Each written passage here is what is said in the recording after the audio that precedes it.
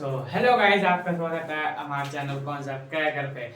मैं प्रीत आ गया हूँ आपके लिए कोई टॉपिक लगे। आज हम पढ़ेंगे क्लास 10th का चैप्टर 1, जिसमें हम पढ़ेंगे फिजिक्स का चैप्टर 1। आज हम पढ़ेंगे प्रतिबिंब क्या होता है और प्रतिबिंब के प्रकार।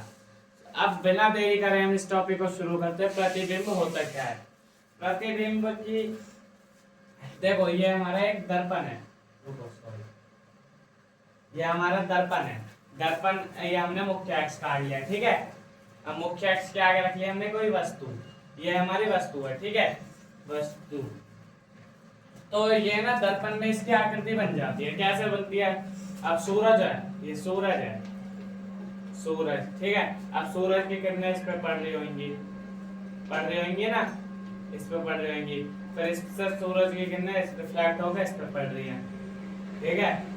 अब ये समतल दर्पण है, तो इस पे वापस रिफ्लेक्ट होकर किरणें पड़ रही होंगी ना।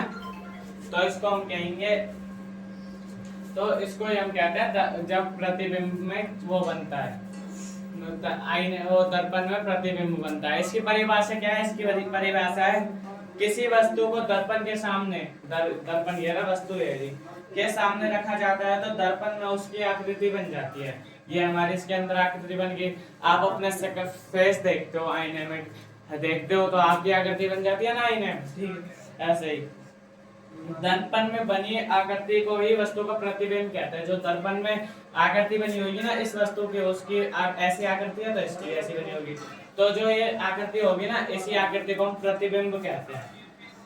जब दो या दो से अधिक प्रकाश किरणें किसी बिंदु पर मिलती है, जब दो या दो से अधिक किरणें मिलती है ना, जब बनता है प्रतिबिंब। हमारी एक किरण ये हो गई, एक किरण ये हो गई, आपस में मिली तो हमारा प्रतिबिंब मिल गया।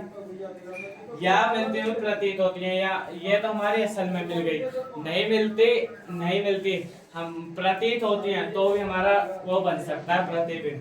प्रतिबिंब के दो प्रकार हैं, वास्तविक प्रतिबिंब और आभासी प्रतिबिंब। वास्तविक यानी जो रियल में बनता है, और आभासी यानी वर्चुअल, ठीक है, जो रियल में नहीं बनता। अब इनके बाद अब क्या वास्तविक पढ़ लेते हैं। वास्तविक क्या होता है? देखो, वास्तविक होता है जब प्रकाश किरणें वास्तव में मिले तब वास्तविक प्रतिबिंब बनता है। जब ये हमारा आईना है ना, और ये हमारा मुख्य अक्ष है, ये हमारा सामान है। तो अब इसकी किरणें बिल्कुल आपस में सही में मिलती हैं, तो ये बनेगा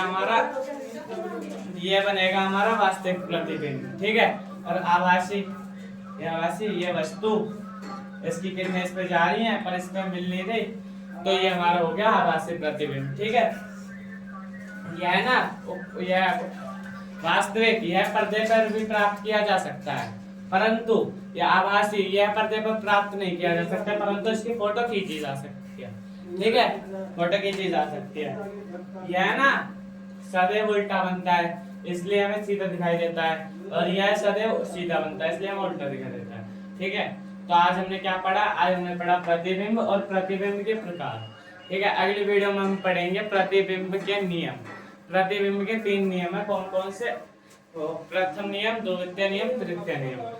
तो थैंक्स फॉर वॉचिंग। अगर वीडियो अच्छी लगी हो तो सब्सक्राइब जरूर करें। मिलते हैं नेक्स्ट वीडियो में, जब तक के लिए धन्यवाद।